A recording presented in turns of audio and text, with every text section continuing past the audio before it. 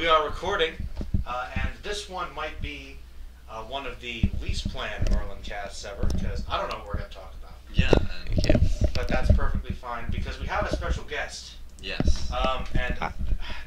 Okay. Your moniker, did we decide what it was, or are you going to pick it now? I think...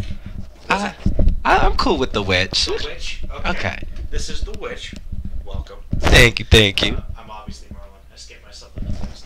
We got Gimli, and once again, back to Dickey, which just remind me again, like, there's generally like kind of a fantasy theme throughout everybody else's monikers, but is there one with yours? Dickey was remind me again. Dickey was my first ever D&D character. Was it Dickey? Yes. Yeah, the half elf. But was there another name? No. Associated with it? Okay, it was just Dickey. Yeah, just Dickey. How did you come by that name? What was the inspiration for that? Oh, I was just trying to be funny. I was 14 and I thought the word Dickey was funny.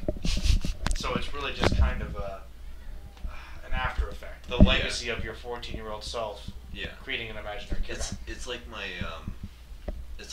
my email address that I'm not going to disclose because we're on air, but I'll tell you afterwards. Okay, definitely. Suspense. Mine, which is actually attached to my YouTube account, if you guys ever want to send me an email, is the reason that I have the name that I do, but not for the same reason. Like, people started calling me Merlin based on what my original username was, but it was Merlino Boss 301, which nobody understands the origin of that. But AOL.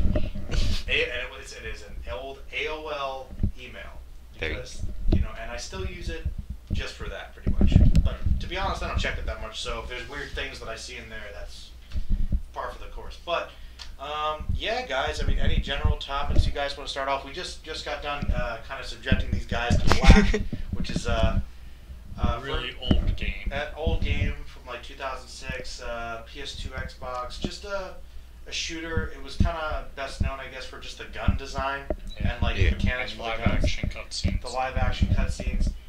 And I think it was actually pretty well received. I know that you were like not liking it, but I think people did like it when it came out. But I think it's just because of the difficulty, which you thought there might have been an accident. I don't know. Probably the biggest gripe I have is because there's no. The checkpoint is literally at the end of the mission. Yeah. Yes. Like there's like it's separated by little missions and. It's kind of slow. You can't run, which I forgot about. You can't jump. The AI is pretty good, but they're all... It's like they all know that they're practically invincible. Like, I think it's like a minimum of 5 hits to kill somebody, but I don't know. That was enjoyable. And a full clip for the armored dudes. Armored dudes. But yeah, how do you guys feel about that? I liked it. Like, I did really like the retro-y feel of it. Like, I think... Probably for a game of its time, it probably wasn't too bad, but I think maybe compared to modern stuff. Definitely. I don't know though, because Dickey made up the good point that Halo came out well before that one, and I was even thinking Half-Life 1, just a much more fluid gameplay. I don't know, but okay, but did either of those have live action? No, they actually. Basing that off of the budget that the game had, I can understand. But would live action be cheaper? Because I know a lot of old PC games, like the old strategy games, a lot of times had cutscenes with live action. Well, you have to pay for acting. I don't know. That's a good question. Maybe at the time it would have been more expensive to do digital cutscenes in the game, but I don't know. What about now? Anyway. Now it's probably opposite. Half-Life 1 I don't think had many cutscenes, but I know the first Halo did. Yes. Yeah. Alright, well, I'm going to put you on the spot. Okay. Because, by the way, probably my favorite class in D&D to play. The Witch. Yes, what was her name? You were I played a witch for the first time, based off of the Hobgoblin from Spider-Man comics. But it was female, and I loved the witch. I loved the cantrips. I just loved Bungle. Just Bungle for days. Okay, -20 to whatever you do. And it's just yeah. So wow, you just exist to ruin the Yeah. I love that. And that's all you do, and you just troll, and I think it's great. Honestly, like I really do think that witches, spellcasters in general in D&D are definitely like really fun. I feel like you can do so much, especially with the idea of like magic and everything. But as John knows, I almost always play witches. Okay. Yeah. So which is your go-to? Yeah, I definitely like. I'm feeling the hexes. I kind of like how D&D's kind of portrayed it, like with the pact and everything, like how you can use your familiar to talk to your patron. So I think that kind of captures like a Judeo-Christian idea of like what witchcraft is. Okay. Like like I almost want to say it in like in an archetypal sense.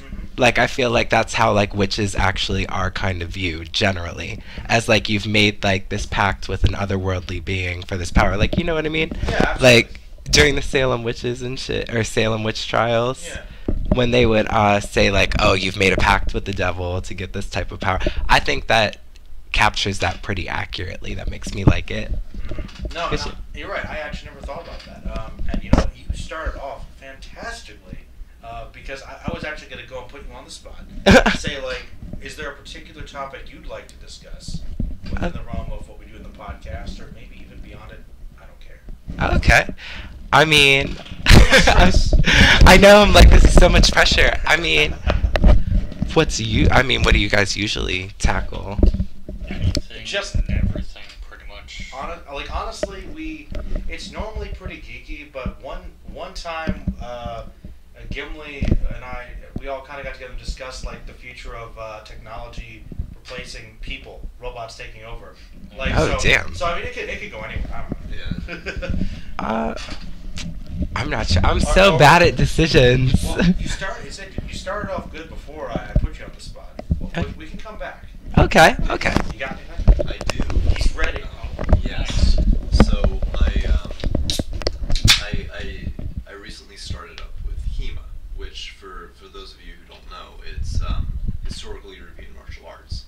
So things like longsword sparring, dagger fencing, spears, shields, bucklers, all that, just everything under the sun. And I came to realize that what had brought me to enjoying that so much and getting so immersed in like the historical events surrounding these kinds of weapons, this kind of like martial combat in general was Pathfinder. Really? Yeah. Okay. And I wanted to know if there was anything that you guys had like latched onto because of your experiences with D&D, Pathfinder, Starfinder, Shadowrun, etc. That's a good question. That's a really good question. I'd probably say that, at least for me, it increased my desire to learn about history and stuff, especially the medieval time period with all sorts of different weapons. Oh yeah. And just even like fantasy in general too. And then occasionally when we do like all flesh must be eaten, there's the sci-fi version too of that going in. But yeah, I'd say it probably helped me too. And I'm actually, what was it, Society of, what's that big word? That I showed you earlier. Anachronism? Yeah. Yeah, ska. Scott.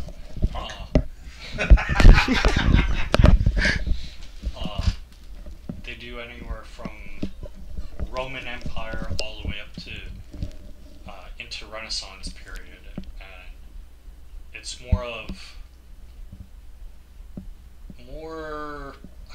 You described it as more in-depth LARPing. Yeah, it's like LARPing meets Real HEMA. world. Yeah. Yeah. So I'd love to do it, and you told me about HEMA doing over on the other side of the river, doing courses. So I may look into that. Oh yeah. Hopefully, somewhere around here they teach Dane's Axe, because Dane's Axe. Well, you got it. For me, definitely. Let me think, because this is a really good question. I've got a couple ready. So I'm Yeah. going to go on for a while, so that's what I want you to do first. I definitely would say, like, not a specific class or experience I've had with D&D, or just Pathfinder, but I think my experience with it overall, like the way the game is set up, it challenges my creative process and my imagination, like the way I think about things, because I found that when I first started playing D&D, I wanted to play the same type of character with running the same story the entire time. And I think after getting with everyone and seeing their different spin on what they think their character should be, it's given me kind of a way I can look at like a fighter in 3 different aspects. Like there'd be a different way John would probably play his character than Jesse would his, or Will would play his. And it just makes you think, like, we have these ideas of like the hero, the witch, the cleric, that fall into like a certain standard, but now that we have so many people bringing their own imagination and creativity to the table, it makes you think like, man, I can expand the realm of my thoughts. So I think that's how it's impacted me. Like, it's made me think deeper and more creatively about my own stories or my own ideas, so I don't fall in like the same repetitive cycle. Okay. Yeah, so I love it. I got a follow-up question on that then after. Okay. Stuff. Got you. I'll try not to go off on a tangent, because I never do that. I never go off on tangents on my own podcast. Yeah. Oh, man. All the shots today, man. All the shots today. I mean, I finished the bottle, okay? Okay. Everyone's not 100% loose to you, except for you. Yeah. That's how I got through black. Yeah, it's true. He did better when he was drunk. I don't know how he did that. But, yeah, actually, that's a really good question, Dickey. I think, well, first of all, I liked Lovecraft. I've always been interested in him since I was in high school. I started reading his stuff my senior year. Just got really attracted to the idea of his horror. I find it really kind of sticks with me. I liked it even before that. I'd say even middle school. No. I might have knew about some Lovecraftian ideas I liked, but I didn't actually discover his stuff until my senior year. Because I remember, like, I found a collection of his works, like, in the last month of high school I was reading it. So that's really when I started to get into Lovecraft a bit. But World of Darkness, just being able to kind of be in those worlds and run those games, really kind of allowed me to explore a lot of those ideas. And I've really gotten attached to that particular style. I think people really reacted well to those games, so I really appreciate Lovecraft more through that. And also just Pathfinder in general. I really have enjoyed it because it's allowed me to kind of work on my creative process as well. Like, especially when it comes to just, coming up with different story ideas and just the interaction you can have with different people, that there's no other type of experience, I think, other than maybe other role-playing varieties that has that fluidity constantly. Like, everything else, the story is set, beginning, middle, end, and you can kind of usually predict it, but when you're interacting with people, it's just a certain level of intimacy and unpredictability I think is just really unique to tabletop RPGs and a lot of things that have inspired them. And just a little backstory, because I don't know if I really talk about it much on the channel, but did you guys know that I used to, like, hate D&D? No. Yeah, it took me a long time to get into it, because Troll tried to get me into it, like, years and years ago. I tried to play a rogue, and it was one of those things where you're doing character creation with somebody that doesn't know how to do it. It takes hours. Yeah. It was 4th edition. I was like, not 4th edition. Was it 3rd edition? 3rd edition? It must have been 3rd edition. Yeah. Oh yeah, or 3.5, something. It was just hard. I wasn't, I don't know. It was a rough first experience, and I played a rogue, didn't understand the concept well, ran first headlong to battle, died. So it took him, like, getting a whole superhero game, because I was really into comics, of course, to slowly get me into it. So my appreciation for this stuff has grown over time. And really, by extension, I wasn't that big of a fantasy guy, even though I'm Merlin the Mighty. That is true. So because of D&D and my exposure to a lot of the storylines to that, I've really gotten an appreciation for medieval fantasy and traditional fantasy, like, a lot more. And I've been able to kind of, like, explore different stories that I've written. Like, I really enjoy just how simple it is, but that you can just do so much. I just think it goes back to these really archetypical, storylines that we have been following for such a long time. And I find it interesting that everyone kind of identifies with those basic ideas of like the hero going out to fight some monster to just vanquish evil and save the day. It's kind of good that we have those stories, I think, that carry on to inspire us. And I think, especially when you're running the game. Yes. Because you're the one in charge of the story, but your players can change that up so easily. Yes, it's interesting. But you can still manage to complete the story. Exactly. As relationships go, you have so much control over the world, but somebody could just completely mess up your plans if they think outside the box and think of something you didn't think of. Like, I have to come up with a different route here, or say my character say something differently, or come up with a different monster, like off the bat. Or, okay, they negotiated with it instead of killing it somehow, because they crit. I gotta come up with something on the fly. Yeah. That is something that is truly unique. So, yeah, I guess that's a couple things that have impacted me through that, so that answers your question. Yeah. There you go. The follow-up to the Witch's question is, would you play a character who isn't technically designed to, say, in your case, play a witch? Mm-hmm. I know for me, I usually play a dwarf, but I like spellcasting, so I'm usually a sorcerer, which doesn't work at all. Yeah. So, because they get that debuff for charisma. Yeah. So, do you try to change up your characters at all when you play, so they're not necessarily the best at what they do, but still have that, I guess, sort of real feeling of being different? That is a really good question.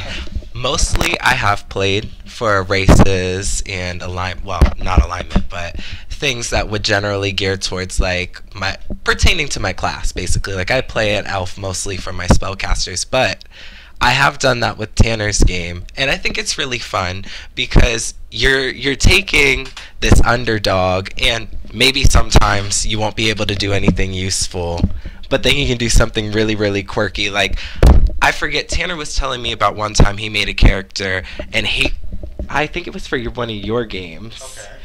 And he said that his character was like awful with melee combat, but he picked up a beer bottle or something, and fought with it. I kind of like that kind of idea of like a weakling or the underdog coming through to try and help out with everything. But I think I definitely would go about and do it because I like that it kind of challenges me. It makes me think like you're not always gonna have like a Merlin in the group. You might just have someone who's, I can't think of a wizard. Neville Longbottom. Yeah, there we go. But Neville Longbottom was great. But they're also like really important to the story too, I think. Like those people who aren't really suited with the gift, they add to the RP of the game. I think they add a lot. Like it gives this story its own unique kind of flavor. And that's how I think of like everybody's characters. Like we're a part of one collective ongoing story. So. All right. I think you win for a question. I mean, you have an answer for your own question. Yeah. Oh yeah. All right.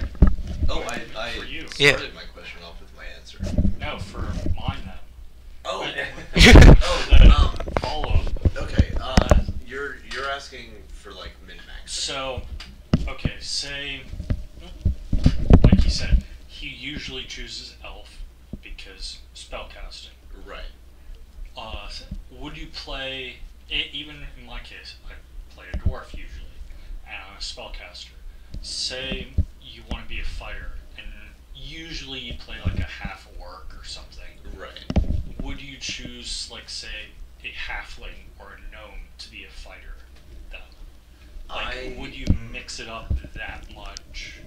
I don't really RP? like gnomes or halflings. but You get the Example. Yeah. something's not suited. Right. Yeah. One of my absolute favorite characters that I've ever played. This podcast, the beauty of them is they're not really edited. So everything is live. Yeah. All the craziness of Harmon is on the radio now. Yeah. One of my absolute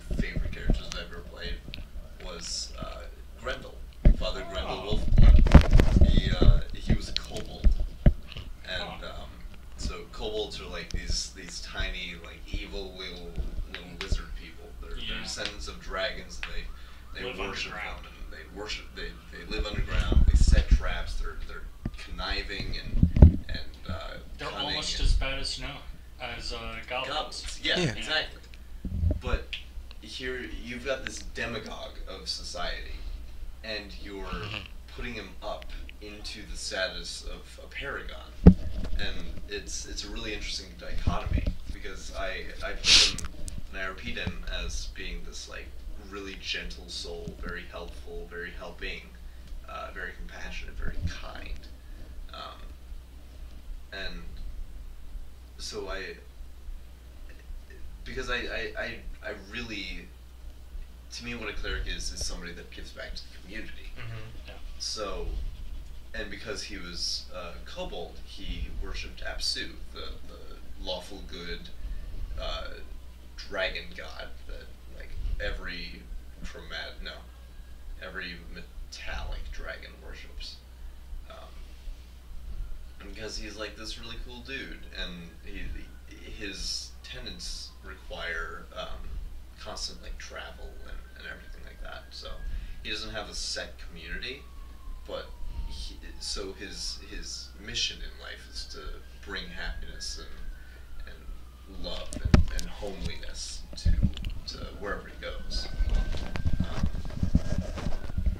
And yeah, absolutely, D&D, Pathfinder, whatever tabletop it is that you play, is just storytelling. Oh yeah. Yeah. Definitely. The numbers don't matter in the end. It's how you present your character in the grand scheme of everything. I think that's the most important aspect. Oh, Yeah. I mean, I think, I don't know, I mean, it might depend. I know sometimes Nick or Adapt with the Sly might be a little bit more strict about some rules. Oh yeah. But I know generally speaking, we've been pretty fluid about some things. Yeah. It's more about just being involved, interacting, and having fun with the character and the story. Yeah. Being creative, I guess. And now that usually will only work for homebrew games Mm-hmm. or home games that you set up with your Oh, friends. Yeah, yeah. You No, can't really do that for society play. No, Like, if you go out and Pathfinder it's like some Society. tournament, like, oh yeah, just wander into some group Pathfinder thing, and you say, oh, is that how it is? Well, Yeah. these are the rules in the book, man. Like, you know. Yeah. So, I mean, unless you can come to some agreement, that's a good point, though. Yeah. But yeah, if you're playing with your friends, I guess you could do competitive Pathfinder stuff, but Yeah. I don't think it's best for friends that. Yeah. That's Oh yeah. Honestly, it's the only way I've ever done it. So, you know. Same. Yeah, I think that's the same for all of us, right? Yeah. Mostly. Yeah. So, but yeah, I'm sure. I know that sometimes at conventions they do have people come together and Yeah. they might compete with D&D and stuff. Well, at like Usually, I think they're pre-made characters. Yeah. Oh, okay.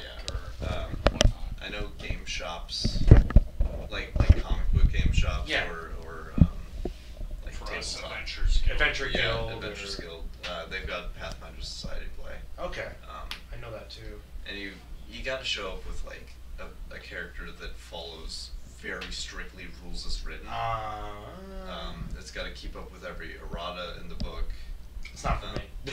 Yeah, it's Just super rules heavy. It's a very niche group. I would say. This Yeah. may be a disadvantage of my character, but I don't like to focus too much on rules because I think, like, if somebody tries to do something cool, you know, if they put effort into it and if they roll well, I Yeah. mean, just because Oh, in yeah. class they can't do it, like, maybe they can have that moment of heroism. Yeah. Because they were creative. I've always liked rewarding players for that. And one of the things that we used to do, I don't know if we do too much, is that if somebody does something really cool or different, we give them extra XP.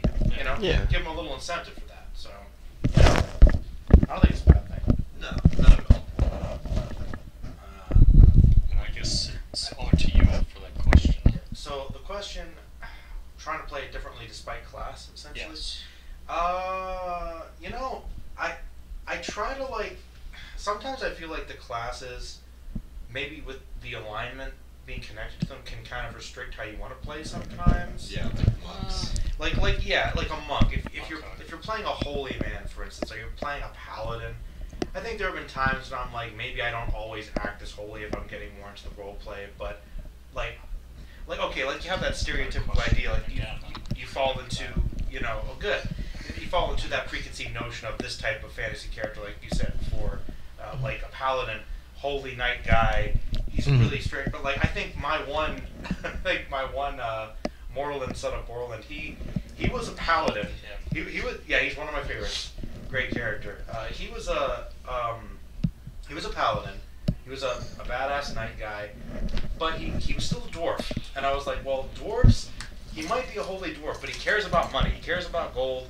He's still greedy. And even though he was a paladin, he still was like always looking for gold. He couldn't quite overcome that. So maybe that was a negative aspect of his character. Maybe it didn't quite make sense with him being this holy paladin guy. He had a temper sometimes. He wasn't this perfect holy knight guy necessarily, but he still believed in the concept. He still was going out to fight evil and smite them. So I don't know. No one ever really gave me too hard of a time about it, but I feel like your classes can restrict you a little. I do try to like to kind of line with what I think makes sense typically, but I also want to play different characters. So sometimes I might just, okay, he's this race, and they might say that he falls back on this, but then I think that's oversimplifying things. I'm like, you know what? I'm not always going to just do a stereotypical orc or stereotypical elf. Right. Sometimes I'm going to mix it up eventually. So sometimes I like to think about how the class and everything makes sense, but I don't want to always just be restricted to that preconceived idea of what it's supposed to be based on the book or whatever, or our own ideas of fantasy characters. If that answers your question. And sort of a follow-up to that with your alignment sort of changing and stuff. Well, not really changing, but affecting how you play. Okay. So, I'm not sure if we talked about this before on podcasts, Oh. but space game. Okay. With my character being was it the Sumerian Oracle? Yes. She is sort of like, I guess if you're not familiar with Pathfinder, she's sort of like a sorcerer cleric. So she doesn't have all the spells as a cleric, but as a sorcerer. But as a race, she's better with the undead. And so for most of my spells, I use more necromancy. But I think my character alignment's neutral good. So I'm still good, but I do necromancy. Would you say that necromancy itself is that's supposed to be evil? Or how would you okay? I'm into this. Joe, I'm ready. If you do edit or go through this at all, no. There's a YouTube channel that I've been watching called Nerdarchy. I don't know, but if you listen to this, go to Nerdarchy if you're into D&D. Timestamp. Ready. Got you. They've been doing a lot of talks about necromancy, and They're trying to start. well, so I disagree, but I also agree with some of the stuff that they talk about. Okay. They're saying that if you animate dead, you're evil. But somebody in the group was like, well, you can still be a good necromancer if you're trying to calm the undead and let them pass onto the next plane. Like, instead of just a ghost and stuff, you're trying to get them past... Like purify them, Right. kind of. Like an exorcist. So, you're still technically, I guess, a necromancer, but you're not raising the dead. You have a good goal at the end. Right. You may be hoping the deceased and that you're not raising them. Oh, they're trying to spin this. I've got another answer for So, you. I'll other people go. what would you... One of you two. Okay. I got it. I'm playing a necromancer right now in Nick's game, and What alignment are you? I think I'm neutral good. Okay. I'm definitely good. I know that much. And the way I see it, and it all it wholly depends on the character that you're playing. Oh yes, definitely. It's definitely not, for me, it's not a cut and paste issue that you can just move onto different characters. It's not a blanket thing that you can put, it's not an umbrella term. For me, the character that I'm playing right now, Falden, I think, Farlan, something like that. It's Farlan, actually, yeah. He comes from a place where necromancy is lost to time. And he, after hearing some rumors about this lost art from some hermit in the woods, he went out into the forest and he looked for these ruins and he found them. And inside there were these tomes, these long aged, withered tomes, and he pored over them and he found he found some different things in there. They're basically just a bunch of spell books that he studied, and he's a wizard. So his motivation for going out there, and after hearing this rumor is because his family all came down with like an incurable illness, and so he was hoping that by finding this lost necromancy art, because it's lost, nobody knows what it is. He was hoping that he could go back and cure them of it. And unfortunately, when he cast the spell from the spell book as a ritual, it killed his family and then raised them as dead. Oh wow! And so he lived a little while with his dead family because that's the closest he could get to getting them back. He never had any malicious intent.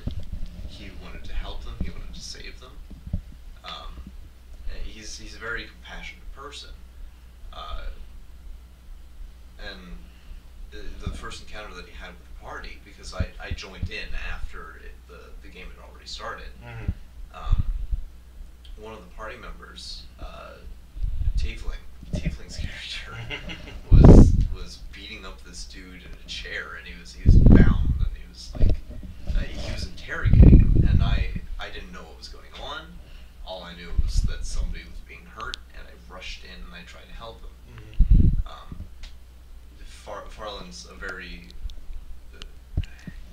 he doesn't want to be drawn into conflict unless there's no other way to avoid that conflict. Okay. So to me, necromancy is definitely something that can be evil, but it's also something that can be good. And as far as alignment changing throughout a game, did you? I don't think we've had too bad of that. That doesn't happen Maybe very a often. little bit. Well, we usually stick with pretty strict rules that everyone has to be good, or if you're evil, they'll turn on you. That's typically how it goes, or they have to be mostly evil, or they have to really conceal it well. Yeah. We're kind of tricky with that. At least with my game, I'm allowing at least neutral evil and not neutral evil, lawful evil, and just like straight neutral good. Okay. Yeah. So nothing that could be like too unpredictable. Right. So no chaotic evil. That's just no. Yeah. I know I definitely don't like chaotic neutral for new players. Right. Why is that? Please tell me why. For new players, I can definitely understand. Yeah. Neutral good, I can. Yeah. That's fine. I don't think people know how to play it right away. Yeah. Like what does that really mean? Like Deadpool, to be timely, I think is a good example. Yeah. And that's the example that most people think of. They think, oh, Deadpool, he's quirky, he does whatever he wants. But then that's exactly what they do. He doesn't have any consequences. And in the game, when they come to the table with a chaotic neutral character rolled up, and they start acting like Deadpool, and they get shut down. They don't have fun. Yeah. They're like, what? I can't do that. Well, because no, you can't do that. You're in a city. The guards take you to prison. You can act like that, but you are not Deadpool. Yeah. You might have his personality. You get consequences. Yeah. You 20th level guards because you're only level 3. Exactly. Yeah. Exactly. That's a good point. Okay, so you'd recommend chaotic neutral, not a good alignment choice for new player No, characters. definitely not. Nice. Okay. I think definitely, if you're going to be on the chaotic scale, because if you're playing a barbarian, you need to be chaotic, which is the stupidest thing. Yeah, I don't really get that either. Well, I can and I can't. I guess, okay, if you're being, once again, strict idea of Pathfinder barbaric person, you know, okay, you know, raid, Yeah. just going out angry, drunkard, raid and pillage.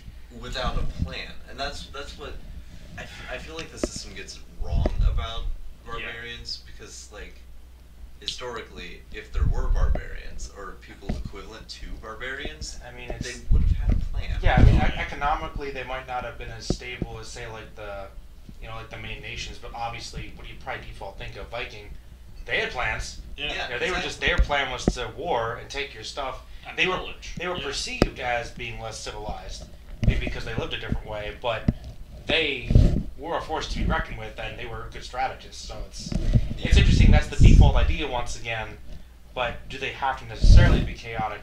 You know, I don't think so. I know I've played a couple neutral, chaotic characters, and for the most part, out of anything that was going on, yeah, I liked messing with people. Like, I loved messing with people, making stuff not go their way.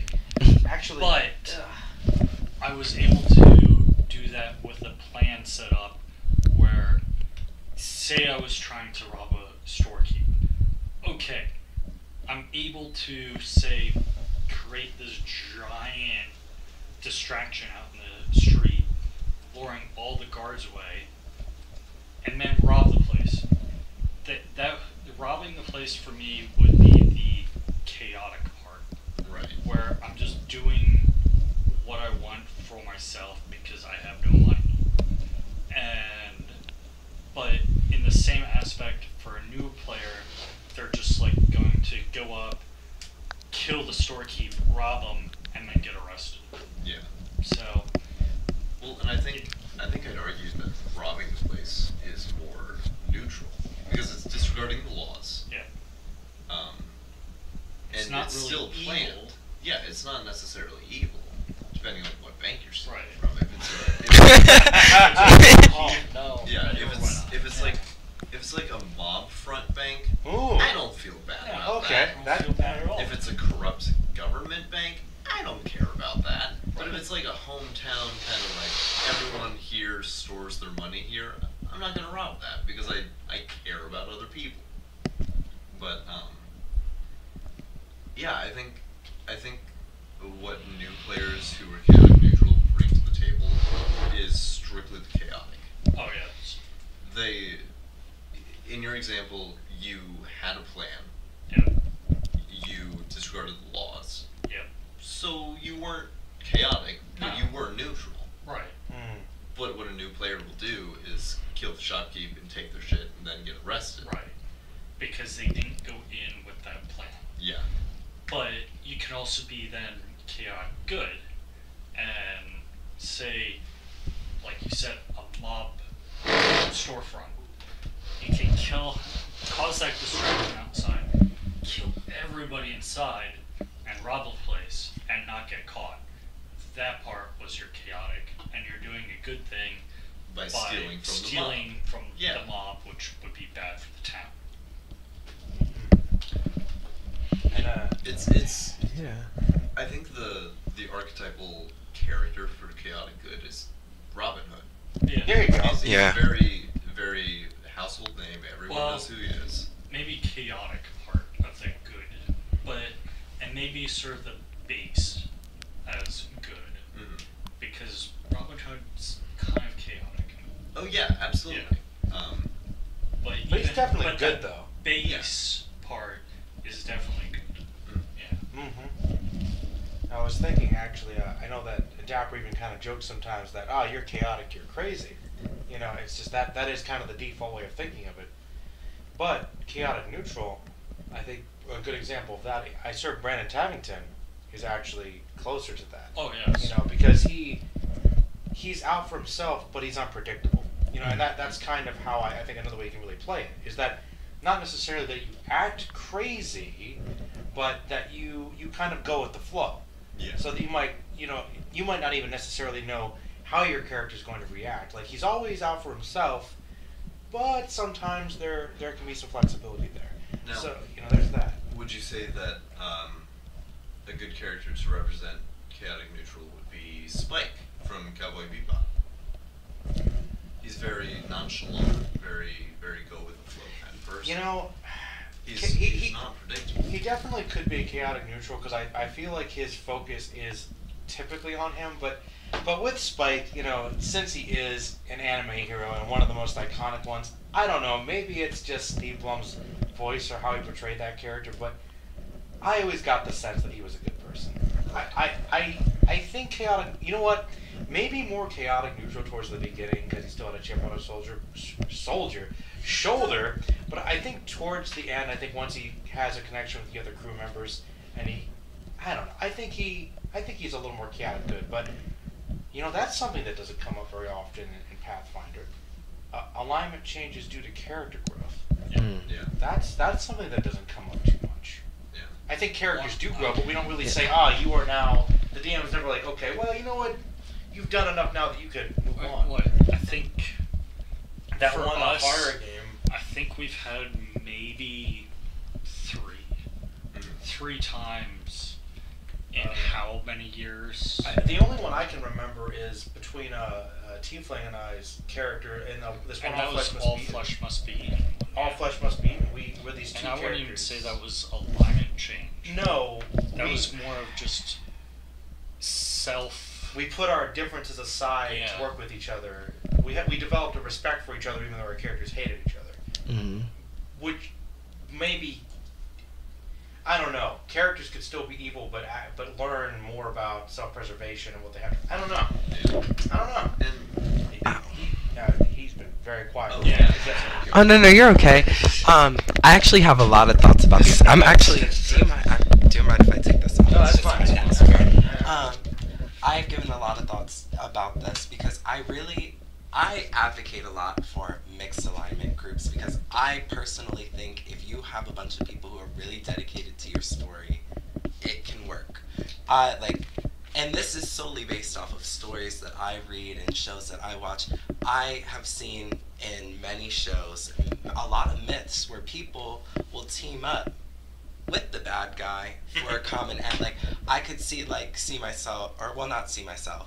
Like, what's an example? Say Deadpool. Deadpool 2, Yeah. Okay, how the little boy teamed up with the Juggernaut, basically. Spoilers. Yeah. Oh, sorry. No, it's okay. Oh, It's it's okay. fine. We literally put up the review the night before. It's cool. yeah, it's all right. But I think that it works really well, and it goes for a more diverse story with, I want to say, a lot more possibilities, like the way it could go. Like, Definitely. I like the idea of, like, say, a paladin working with a vampire to save, like, let's say for some reason for an orphanage, maybe that vampire is going to get a shot at them after, and the paladin's just looking out to save lives, whatever. Okay. But the paladin knows he can't do it on his own. Vampire doesn't want to die for not helping. And I'm not saying that's the exact Or way it it could would be go. that the vampire won't feed off the children. Yeah. Say He wants to get at something under against- the orphanage, or against somebody that... against feeding off of children. Yeah. Okay. Yeah, A see- bully, yes. And I feel like sometimes we get so caught up in this idea of, well, I'm good, and good is totally against evil, and I think that takes away so much from D&D. Possibilities. Yeah, because it's just like, I think when we think of alignment, we think of it so much as this rigid structure of my character has to fall in these set of ideals. It's something that's fluid. I think that if you relate it to something like between all of us, I consider us all pretty good people, but do we always make good decisions? No. I think that our characters can kind of be like that, make the game and the story a lot more interesting and fun. Well, it seems like you're suggesting the idea, which I guess is pretty obvious, but maybe some people, because they think of it too rigidly. I mean, all of our characters are to some extent an extension of ourselves. Yeah. Yeah. That we're playing up. Yeah. Yeah. So I kind of like that there. But I'm sorry, Nita. Yeah, no, it reminds me a lot of Nelson's character, Yeah. Garridan. He was a Dampier paladin, out to seeking revenge on his father for killing his mother and just the whole nine, you know, bringing back his dead son as a vampire and all that. Classic. Yeah, classic. It is, honestly. It's like a story that's very timeless. You see it in Star Wars with Luke and Vader. You see it in Lion King with Simba and Scar. You see it in Hamlet, which is basically Lion King and Hamlet are basically the same thing. Yeah. It's a trope. It's a story and a trope that's just repeated throughout. And he was a paladin, but he made some horrible decisions. Okay. So at one point, our DM Tanner Dapper, he was like, okay, Nelson, you get an evil tally for that, like 5 evil tallies, and your alignment goes down 1. You're Okay. no longer lawful good. You're chaotic good or lawful neutral. Like a Mass Effect kind of Yeah. system. Okay. Yeah. He made a couple of really weird decisions with his character, Okay. and I feel like I feel like alignment changes are only brought up in the context of paladins or clerics, because that's so very rigidly a part of That's a core their of archetype. how they can do what they can do. Yes. Like, especially with the spells and abilities they have. Yeah, and especially since there's a subsystem within Pathfinder for paladins via falling from grace. When a paladin falls, most DMs that I've heard talk about this are like, yes, if you fall, it needs to be an intentional choice that you are aware of your actions and what the consequences will be. Okay. So What constitutes the fall of grace then? So say a paladin who is concerned with preserving life, if he is forced into a situation where if he's forced into a situation where he has to kill a civilian, he doesn't fall because he was forced into it. If he is under the control of a spell, he doesn't fall because he was under the spell. But if he does it of his own volition, and he knows the consequences of it, then he will fall from grace. He loses access to his, all of his paladin abilities. He can't cast spells, he doesn't get divine grace, he doesn't get his divine bond, No smiting. no smiting. Everything's gone. He's just a shitty fighter. Yeah. Because that's true. Without their cool stuff, they are basically just fighters, but they aren't typically quite as good. And they're not as well rounded. Which makes it difficult too, because I don't want to get into this too much because this goes into my game. Your game's been pretty good though. I know. I believe you've had 9 encounters. 9 encounters already. yesterday. That was crazy. My character has been on the door of death 3 Yeah, times. for you. Somehow. In the past 2 encounters, you've fallen unconscious and almost died 4 times. I don't know how it's done. God. But It is. okay, would you say that a paladin would fall if he was given 2 choices on this? Would he try to save the few or the many? Spock. I feel like if both choices are something that would lead to a fall, then I wouldn't. If I were the DM in that decision, I wouldn't. It's I not wouldn't fair. But- Situation. But Yeah, he's forced under into it. he's under no Force. he's not it's under his own free will. He has the option to save them now, or he knows that in the far future many will die. Oh, it's like a cause and effect sort of thing. Right. Yeah. Well, if he knows that something, if he knows that, and the ones now are pure innocent. So kill them now so that you can save many more later. Right. Yeah. I think most stories would be like, you can't do. Ooh, that's Yeah. tough. Right. I was joking. That's some Star Trek stuff, right there. That's the classic. You walk into a room while you're raiding this goblin hut, and you see women and children, like women goblins and women and goblin children. What do you do with them? That doesn't Do you come up very often. Do you kill them Yeah. now? Do you kill them? Do you take them to justice? Do you take them back to town to rehabilitate them? Because do you raise them in a loving culture? That would. I feel like sometimes in our games we would do that, but that doesn't typically come up because once again, we think goblin, we think default evil. Yeah. But I like the one or two chances I've gotten to play goblins. I love goblins, and I also like the fact they're not all necessarily evil.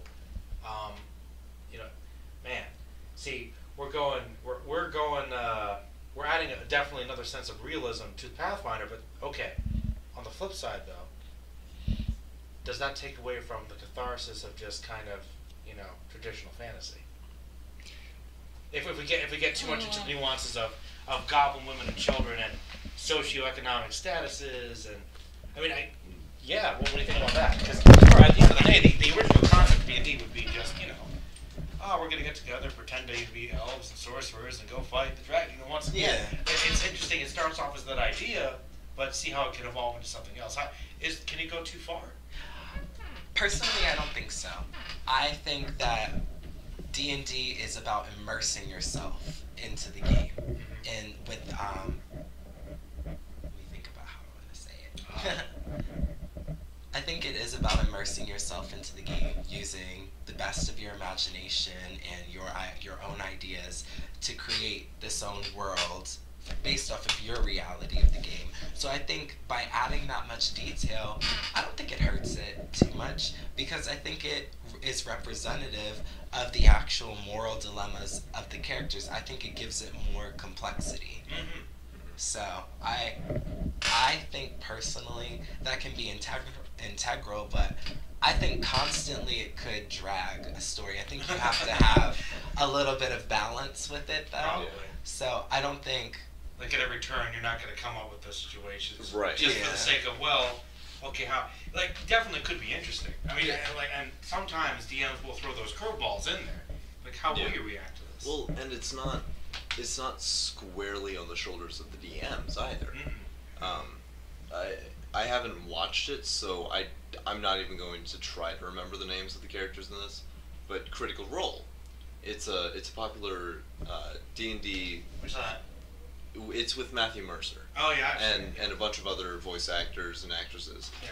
And they all play D&D every Saturday or Sunday on Twitch. Yeah. And one of the characters is this gnomish bard, and he's very base, like chauvinistic, like just crude, vulgar, but he's funny, and he sings songs, and he makes everyone laugh, and he heals them in battle and everything. And there's this point, the player who was acting this out had played him the exact same all the way through the story until like episode 88 or something like that, and he finally breaks and he says, "You only like me because I do all of these things for you. I make you laugh, I play your music, I do all of this. I heal you." Yeah, essentially. What is my mother's name? Because in his backstory, that's the most pivotal moment in this character's life. Okay. It is what led him to a life of adventure, and ultimately what led him to this band of people. And none of the other players knew.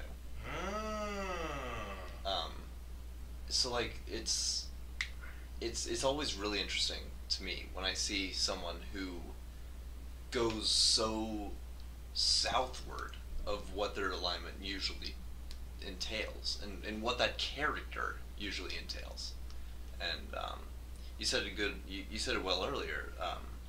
Like, just because you're a good person doesn't mean that you're not capable of evil things. True.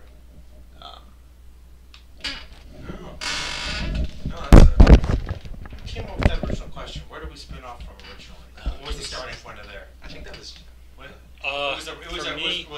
was a follow-up question. It was a follow-up to a follow-up. Yeah. No, that was good. Yeah. That was some good podcast level shit. That's what I want to see. That's good. Well, on that note, we are coming up to about an hour. So, do you guys want to talk about anything else? Because technically, technically, I guess your follow-up question was kind of a topic. Yeah, but I didn't really think that it was going to be that involved. But That's fine. Yeah, that's totally. good. That's good. But That's what the podcast comes to usually. template is all about. yeah, I don't want to keep things too much like DMing. I don't want to set too many strict rules of this is what we talk about when. Just have a template and see where it goes. Yeah. Okay. Okay, I guess this is more a question for everybody is, do you have a favorite character that you've made up that you personally, that I guess you could say that you've invested a lot more into than any of your other characters, and that you really could get creative and have a lot of fun with, like something you've just really immersed a lot of yourself into? That's a good one. I've got a pair of characters that go together. The one character, Rise, he's got the leadership feat, which in Pathfinder allows you to have a cohort a few levels behind you, so that it's all balanced for the party's sake. Usually two. Yeah, and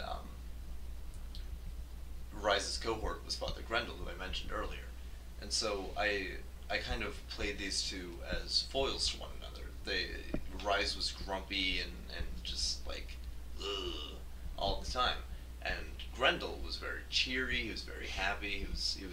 They were really good foils for one another, and I felt like that was a really good way to express a full range of emotions without being hindered by anything.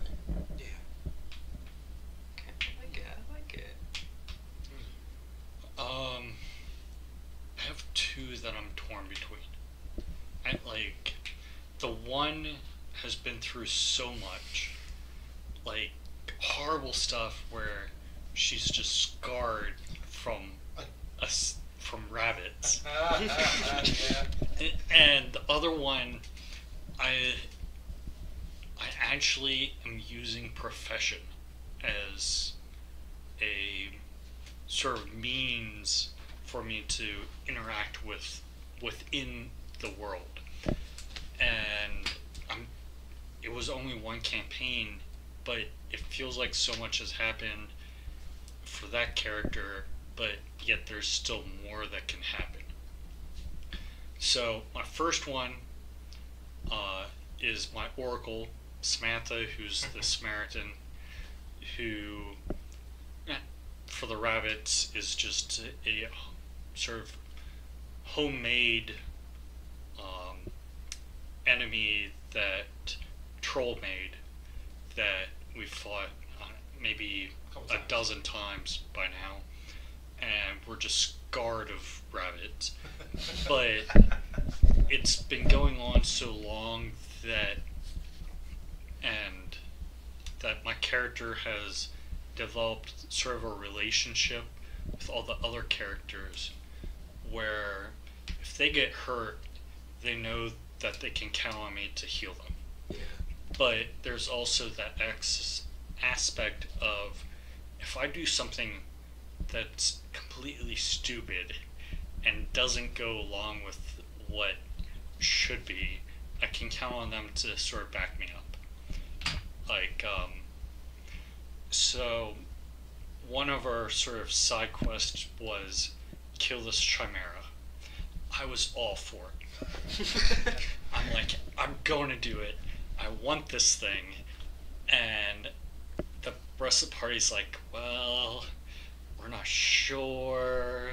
And I'm like, I'm going. Yeah, we were kind of afraid of the concept. Like roll knowledge. What does that do? I'm just like, I'm going. No. I don't care what the rest of the party We weren't chose. thrilled about that idea. But I knew that they were going to follow me no matter what. And we did it. But that was also because they trusted me on healing them. And then other aspects of that was just like, I would hoard everything that I could possibly carry. So they knew that I could get a good deal with other people. Yeah. So I was part Oracle, part Rogue. So it worked out. My other character was my rat folk sorcerer. Shere God Khan. bless. Shere Khan. Shere Khan. Shere Khan the merchant. So great. He, to be honest, he wasn't all that useful in combat. But Not he's at so all. memorable though. Yeah. But if it was outside combat, I was the leader. Got all I'd the probably money. say. I would say I was the leader, but not necessarily for personality or any of that. It was because I could get things done by either A, selling stuff, bribing people, or just doing weird stuff where it would work. You gotta tell him your catchphrase though. Every game. So, if I came across a town, I would always try to say, hey, you want to buy a mithril pot? Sure, mithril. Whether or not it was. Whether or not it technically was, because I was a merchant, it's up to debate. But the campaign, it feels like there's more to it, and that was one of my most memorable characters, Yeah. where I could actually like do stuff where there was combat and stuff, but the outside of combat, for me at least, was more memorable. Yeah. So it's like I would even go as far as say that outside combat I felt more of an achievement for the group, even maybe sometimes, than just killing the Emperor. So I really want that game to continue. And that's- We can do it again. And honestly, I've noticed a motif. And maybe is that sometimes when you're DMing, you pick up certain things. I think I've had a couple games where you fight an evil empire and fight Emperor a couple times. Yeah. I think I do that. Yeah. I think I have tendency. So I wouldn't mind you changing that up, but yeah. All right. That's a really important thing to notice as well. A lot of people go into D&D just thinking about the numbers. Yeah. They're all about The the combat combat. because it's fun. Yeah. But if it's just combat, though, But if it's just combat, it's not. It it eventually. gets dull fast. Yeah, actually. it eventually grinds to a halt, and it's boring. It's a slug to get through, especially if you've got a large party, like 5 people or more. Everyone's rolling dice. Everyone's taking their turns. Oh God. Or the opposite, That- even. So, Oh. 2 games ago for me, 2 of my main group came out, and Lesser Troll came, who was D20 man, who was a Genatless D20 blob who... I have to go into this now. Go. It's fine. It's fine. Okay, Got time. I'll get back into that. So, D20 man for us is you roll a D20, depending on what you want to do and how you roll, something will happen. And lucky for The two of us. that Merlin actually came. and Troll who came, D20 man is all powerful and was able to heal Sir Brandon, Because I'm almost dying who again. died almost twice. And because we were fighting a whole But- goblins. But because only 2 of my main group showed up, I cut the amount of enemies in half, which was supposed to be 80 goblins to 40 goblins. Yikes! And it was honestly And- because we had D20 man. We made And the only reason I only split in half was because D20 man was there.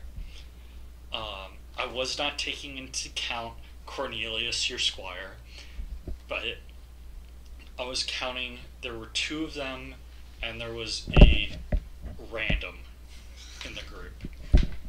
So, combat, it can go both ways. If you have too big of an enemy, it's just repetitive.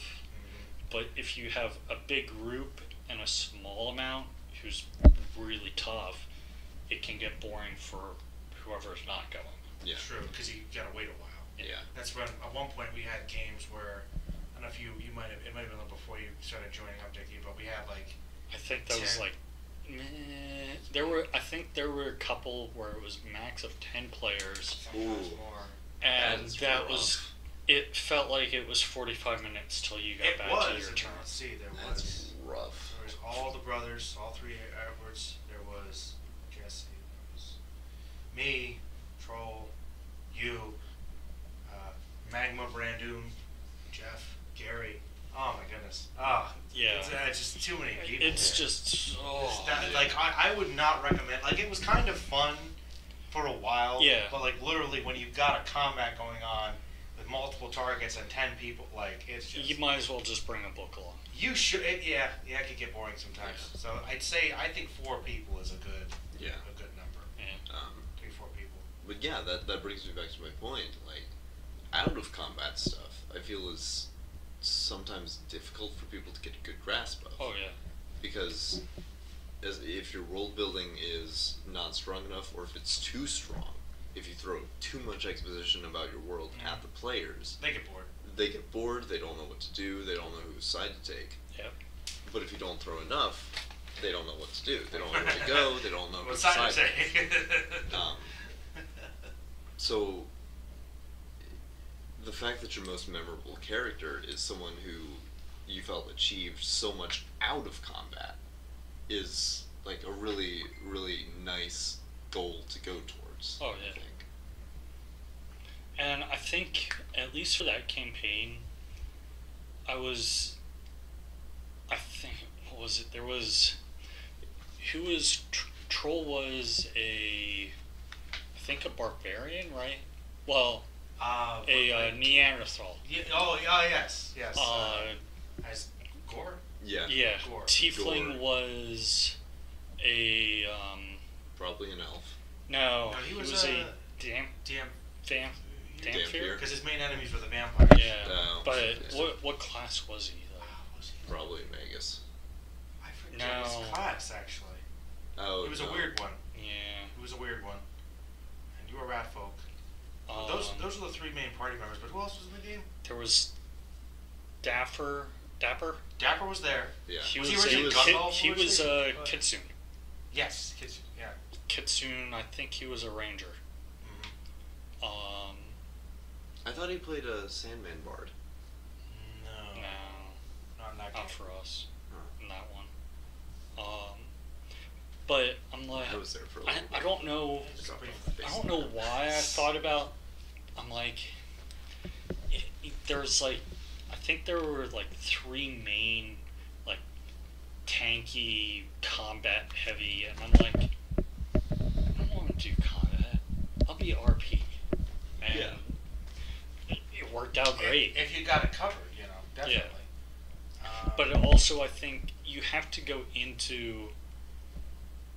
You have to talk to your DM if you want to probably do more of RP, or if you're good friends with them, they are able to figure out just by you playing. It's like, oh, they're more RP and not combat, so I gotta mix in more of the world than just combat. It's kind of the classic, if you're going to make a rogue, make sure, the DM should make sure to include some reasons for you to be there. Some Yeah. traps or something. Otherwise, Traps that's one of the- or enemies by themselves. by themselves, or provide opportunities for stealth for them to Right. really excel. Yeah. So take that into account too. Any characters? Yeah. Any characters? Getting back onto the point question. Yeah. I'd have to say I have a draw almost between my character for Jake's game, Dahlia. That's solid. I loved that character. I just like she was a witch. She was an ice witch or a snow witch. Elsa? Yeah, pretty much actually. Elsa.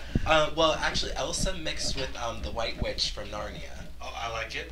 So it was we got a little less Disney with a lot of things. There was necromancy. I can only imagine. Yeah. Oh no. Well, I think what just was really interesting was where Jake had actually taken things with my relationship with my mother. It was changeling. Oh. So she brought like an ice hag in, and I had the leadership feat. So I think I had some necklace. I can't remember what he gave me that made my intelligence or my charisma modifier go through the roof. Nice. So I It had had like a 34 or something. What? Yeah. Wow. Yeah. What? Yeah. It Oh was a my. super high game. So- like so- a super high level Yeah. game. Everyone But likes even you. s- You're good. Well, I actually was one of the weaker members of the group. Yeah. Yeah.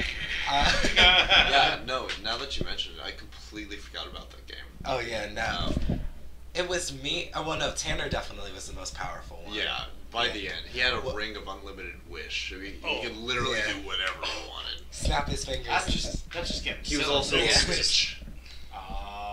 Yeah. That was his Well- phylactery, was his ring, right? Well, me and Tanner, I think that's actually what opened my mind to like where I can take my characters with D&D, is because I had an unexpected rivalry with Tanner's character, and while everybody else was having an issue with him, it was almost like we'd go back and forth so much that I could find little quirks and ways to mess with his character, and he'd mess with mine, because he basically tricked me into using my magic to create his phylactery for him. And I just was like, my character's offended. I'm like, oh wow, like you really just played me for this. You guys' relationship was like It's like almost like Loki and Thor in the Yeah. Marvel movies. I ended up getting turned into a slug at the end of that, at like the very bottom of the hell. Hey, oh my. Yeah. But I think definitely my favorite right now is my character for Nick's game. Or actually, I'm sorry, what was Nick's name again? Nick's name is actually Nick. No, oh, okay. He goes Yeah. by Nick. Oh, okay. Well, my character for his Or game. Leroy Jenkins. He doesn't like us to call him. No. No, he does See, not. Now, next time I see him, I'm gonna be like, what's up, Leroy And Jenkins? be like, what? But I have to say, my character now is one of my favorites. It's Mitsuki, but it's actually based off of a character from the anime. Oh, nice. Yes. I don't know if you guys watch Naruto. I've seen it. I absolutely love Naruto. It is my favorite anime. Okay. So, an hour retard, or would that be too deflammatory? No, that is 100% okay. 'Cause well, my character, it's just really fun because it's like a charlatan background. We're running this in 5e. So I got this trickster kind of vibe. I use illusion magic and everything. Cool. He's a warlock. Okay. So I shape change a lot and mess with people. Like, for example, I needed money. I'm a kid that just planeswalked into a completely new area. So I'm a trickster. I was raised by the foxes in Kamigawa, the Kitsune. Okay. So in Japanese lore, foxes use like illusion magic. They play with people. They mess with your head. They're tricksters. Yeah. So I asked Nick, well, I do an intelligence roll to see, to investigate what the town might know about magic and everything. I'm like, okay, so I'm going to use my magic to play a trick on these people. I made myself seem like a coming messiah and told them if that they donated all their riches to me, that I could restore that back to them times 2. And I actually used prestidigitation to create the fake gold. And made them Nice. believe. So I got all this money off the townspeople. I shape changed back to my original form and got the money. That is That's impressive. good. Yeah. I kind of like where I can take this character, especially because it's not like a really overpowered game like Jake's game where I can cast any spell and get what I want and go from dimension to dimension. Like, it's really like I have to get into the RP of the game to be able to. Well, when you have like your fighter and everything, your hard hitters, and you really can't show up in combat. That's why I want to make myself useful with like my role play. Like my magic, I don't hit hard. I don't do a lot of damage, but I incorporate it to how I interact with other people. Like, I play a child right now. I'm an 11-year-old boy, so I act very much like a child would.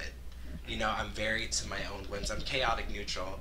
I'm very to my own whims. I do whatever I want with no regard to, is this really going to be good for everybody else? Is this not going to be good for everybody else? How does this interest me?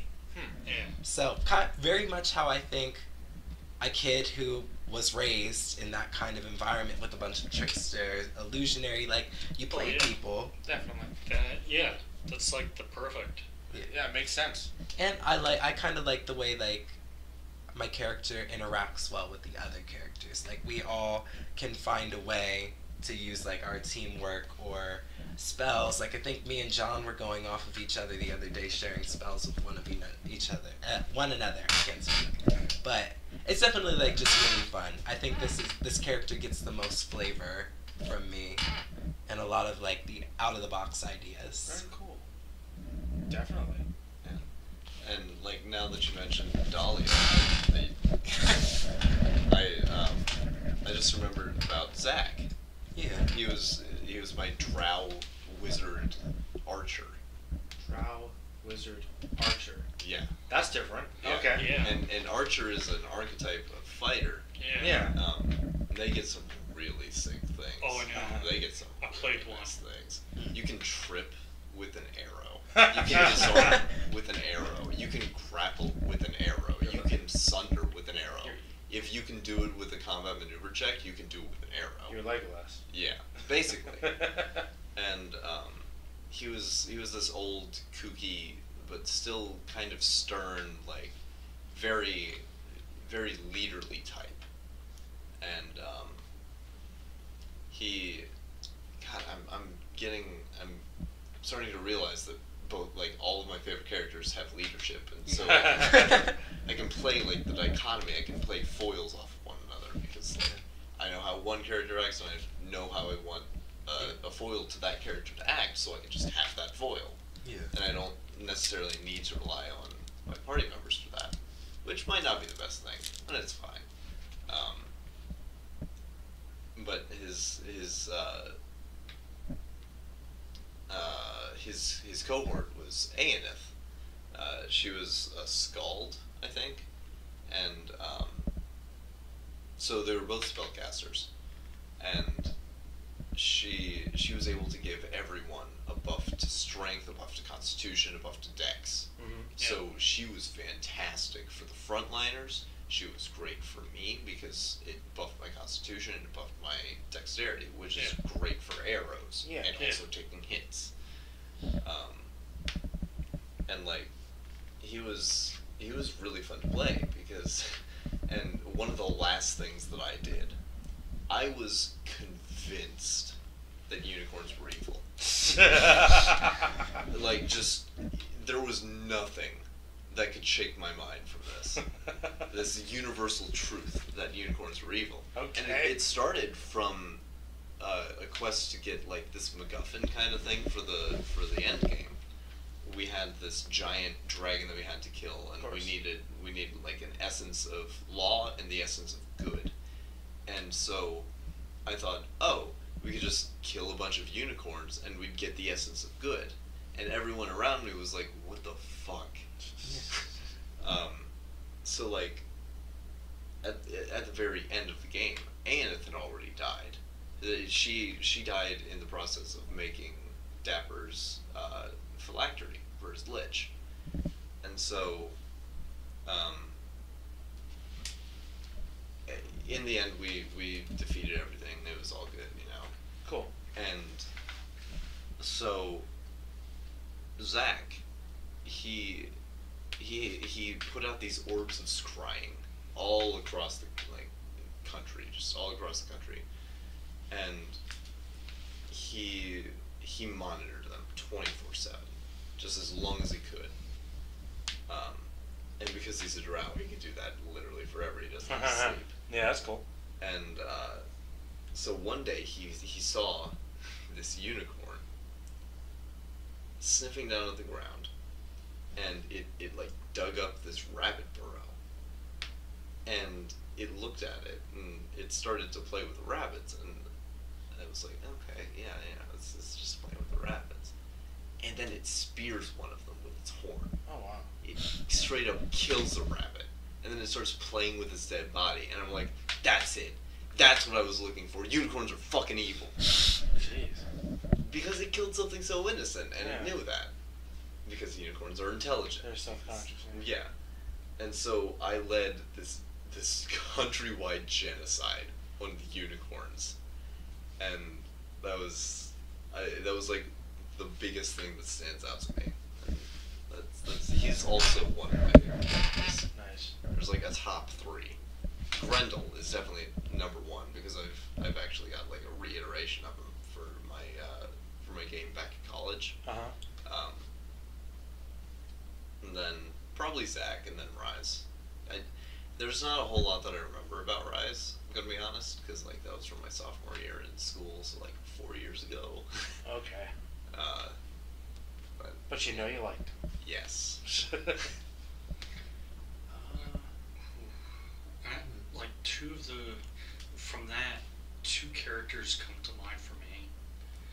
Is Mr. Smith from All Flesh Must Be Eaten, because he was like the sort of intelligence gathering guy in the group. Like, if something was going down in the world, he would know about it within 24 hours. He wouldn't be great in combat, which that's something I have to work on, I think. Eventually, I'll have to play a fighter. You never played a fighter? I've never played a fighter.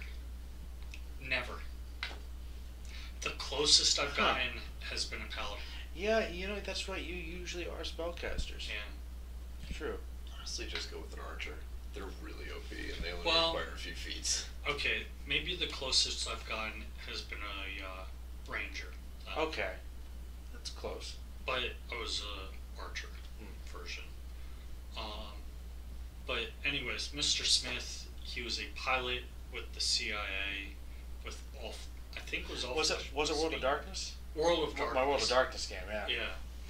And you were literally just. I was Men in literally Black guy. like a Men in Black CIA agent, and if you asked me my name, I would say Mr. Smith.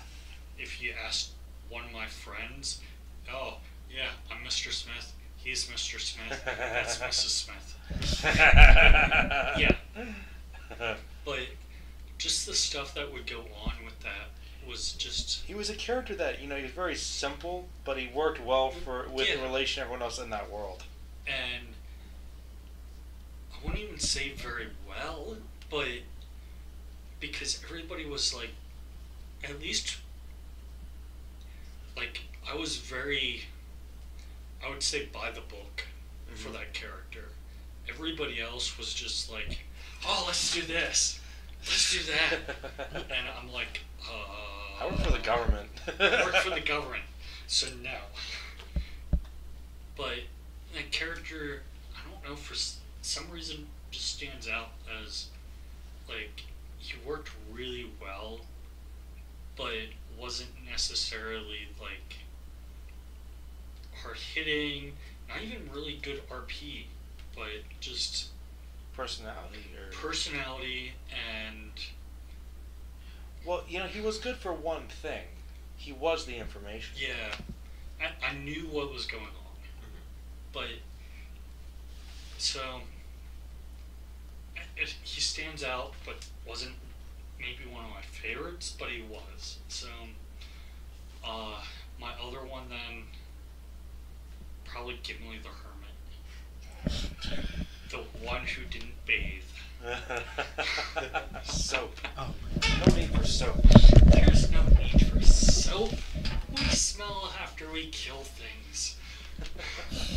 Yeah, the party gave me A force. a very well-deserved bath, I guess, in the desert mud and sand. But I would say, going off of alignment then, he was very chaotic good. Because I wouldn't, maybe not even good, maybe just neutral. But he would basically do as he pleased. If he didn't like something, he would just fix it himself, whether or not the party agreed with it or not. Even in combat, I made him sort of like that, where if everybody was just getting like wrecked by the enemy, I would just have him dig down into the ground and save himself. So, I think each character has their own sort of like uniqueness. You do have those special ones, but also those minor characters like Mr. Smith and Gimli the Hermit, they're also your favorite, but maybe not quite as much. It's That all it is then. well, I guess we're going off of one microphone now, huh? Yeah, that's right. That's alright. Don't. We'll be wrapping up shortly. Yeah. So I guess in that case we're gonna go on to Merlin with that regard. Yeah, I'll make it pretty quick because I know it's warm in here. Well, there were a couple that came to mind. The first one was like the first big Pathfinder character I made. That was Merlin, son of Borland, the dwarf guy. Mostly, I mean, he was a paladin, but he had different personality traits that maybe weren't quite resigned to that particular class. But also because Troll the DM was trying to really get me into it. He gave me a lot of interesting stuff to work with. Like, that's the one where I had a companion. My Robin. He was literally Robin. And he was this guy that was kind of following along. He was a drow that I tried to convert to another side. And we kind of built a relationship. And then in the big war we went underground to save all the drow, he ended up kind of turning against us as like the sacrifice when he was possessed, and I had to kill him. Like, I have had very few instances where it's been like that significant.